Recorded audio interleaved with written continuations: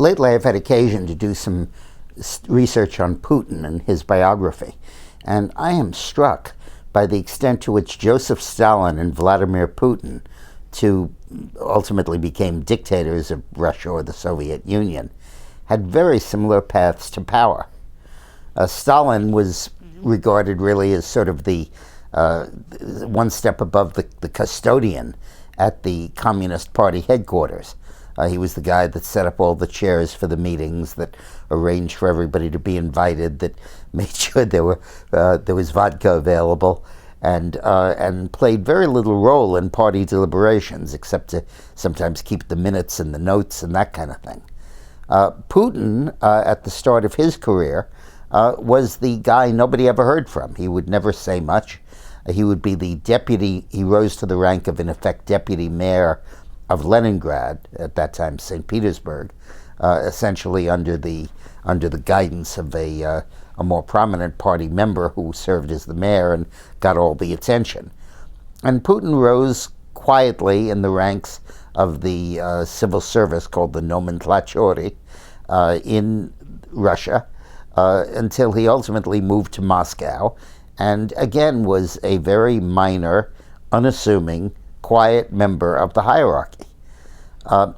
Stalin was in a similar situation when Lenin was casting about for someone to be a successor. And Lenin faced Trotsky, who was the violent, stormy guy, and various other leaders who could have assumed power, dogmatic ideologues.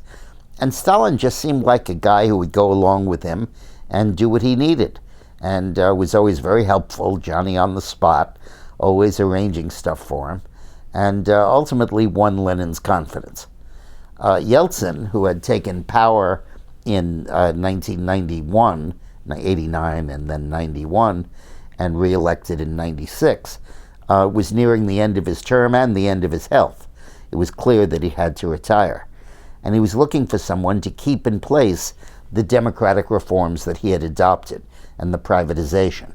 And he didn't want an ideologue, didn't want a communist, but he wanted someone the Duma, the parliament, would ratify, because Russia had become a democracy. And Putin was unassuming and quiet, and the Duma kind of came to trust him. They kind of came to rely on him in much the same way Lenin did on Stalin. And just as Lenin designated Stalin as his successor, Yeltsin designated Putin as his successor by appointing him prime minister. So, and in a way they were physically similar. They were both short, unassuming physically, not bombastic. Putin was a moderate drinker, Stalin a heavy drinker, but still the similarities between these guys on the way up was absolutely fascinating. And then, of course, each one turned savagely on his mentor. Stalin kept Lenin and his wife in virtual imprisonment, although not officially so, sidetracked his influence and reversed most of his policies, particularly the fundamental idea that the Politburo, the governing body of the party, would not be subject to terror. No terror against party members. You could use terror as an instrument of policy against anybody outside the party, but in the Politburo, it was all based on reason, rational argument, and logic. And Stalin, of course, ran roughshod over that and had most of them killed.